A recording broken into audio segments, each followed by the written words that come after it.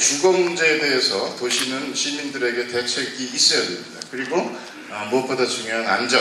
이 세 가지는 도시가 기능해야 될 아주 기초적인 과제이자 목표입니다. 지금부터 중요한 것은 이것을 넘어서는 도시의 기능이 요구된다라는 겁니다. 무엇보다도 즐거워야 됩니다. 도시에 사는 것이, 부천에 사는 것이 행복해야 됩니다. 대단히 공정해야 됩니다. 그래서 이런 공정성을 도시가 담보해 줘야 된다는 겁니다.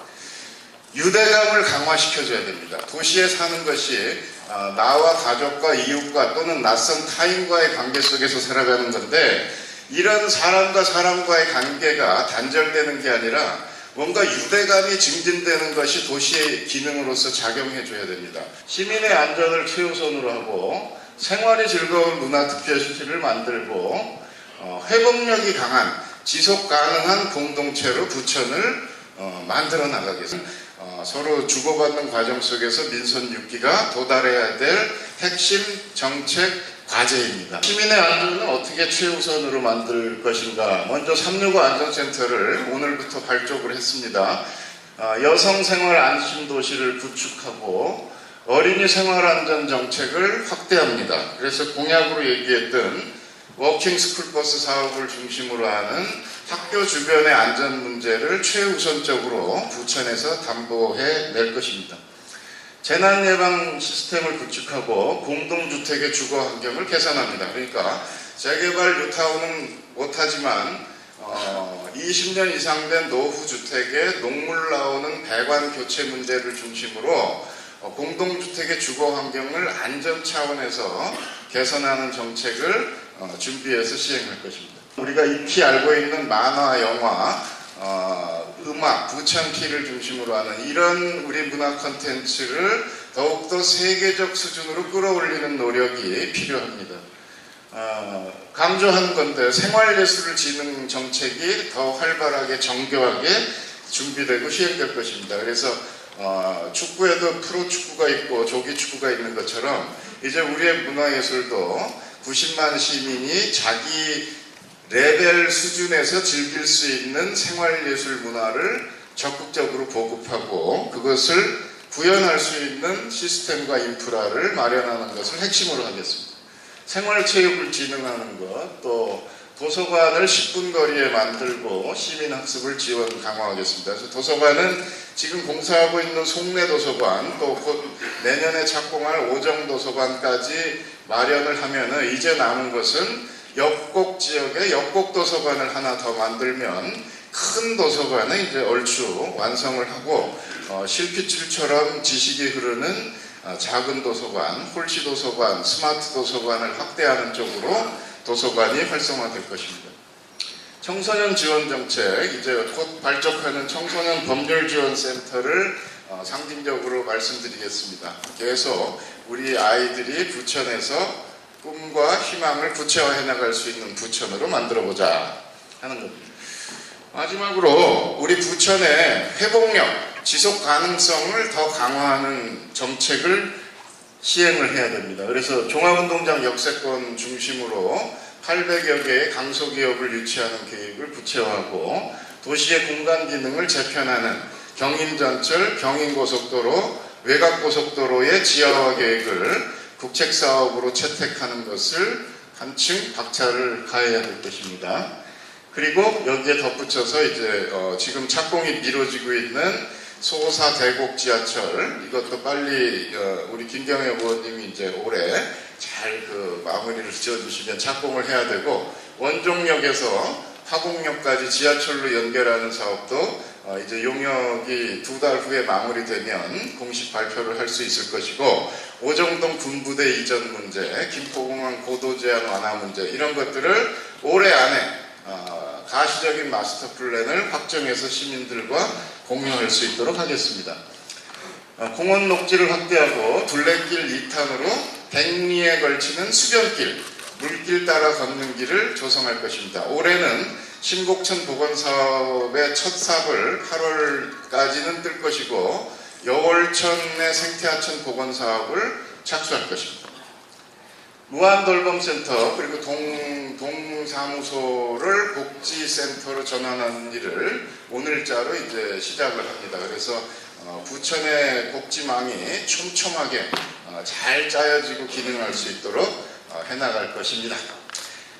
그런데 이런 일을 이제 해나가는 데 있어서 우리 2,300의 공직자들이 꼭 명심해야 될 기본 마음가짐에 대해서 확인을 해보고자 합니다. 공정하고 청렴한 것이 우리 부천시 공직자의 기본 태도가 될 것입니다. 공념이라고 줄일 수도 있습니다. 이 공념이란 말은 다산 정약용 선생이 28세 때 문과 대과에 급제하면서 벼슬길에 처음 나가는데 그때 쓴 시가 있습니다. 장원급제를 하면서 내가 공념으로 정성을 다하겠노라 이런 얘기를 합니다. 여기서 공념이란 말을 뜯어보면 이 공자는 공정한 세상을 만들겠다라는 겁니다. 우리 부천이 청렴도에 있어서 많은 이제 성과를 거둬왔습니다. 앞으로 민선 6기 4년도 청렴을 바탕으로 공정한 부천, 즐거운 부천을 만드는데 저와 함께 최선을 다해보고자 하는 다짐과 당부를 드립니다. 현대 시대를 통치의 시대가 아니라 협치의 시대다 이렇게 얘기를 합니다. 거버넌스의 시대, 협치의 시대.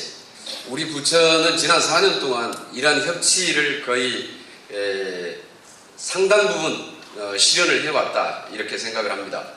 아마 2기에도 역시 시민이 시장이라는 표현에서 보여지듯이 바로 이 협치와 거버넌스형 원칙은 대단히 중요할 거라고 생각을 합니다. 먼저 윤재도 의원님이십니다. 연동현 의원님이십니다. 이필구 의원님이십니다. 서진웅 의원님이십니다. 김종석 의원님이십니다. 김영협 의원님이십니다. 나득수 의원님이십니다. 서영섭 의원님이십니다. 네, 힘찬 박수 부탁드립니다.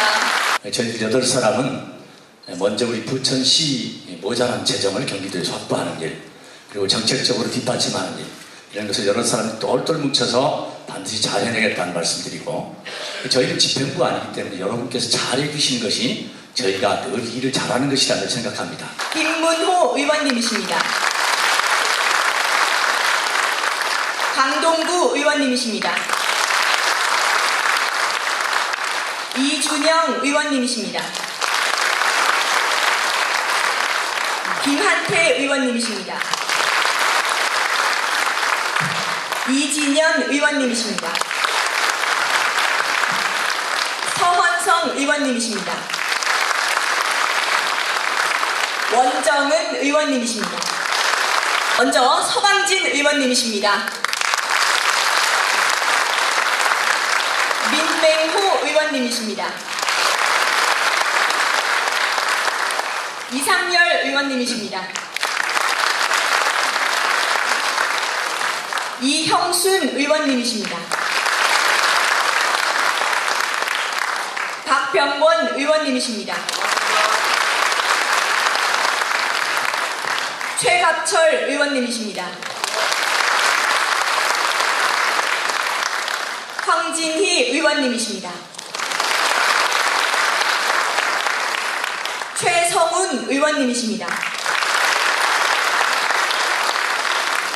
임성환 의원님이십니다. 정재현 의원님이십니다. 서원호 의원님이십니다. 우지영 의원님이십니다. 김은주 의원님이십니다.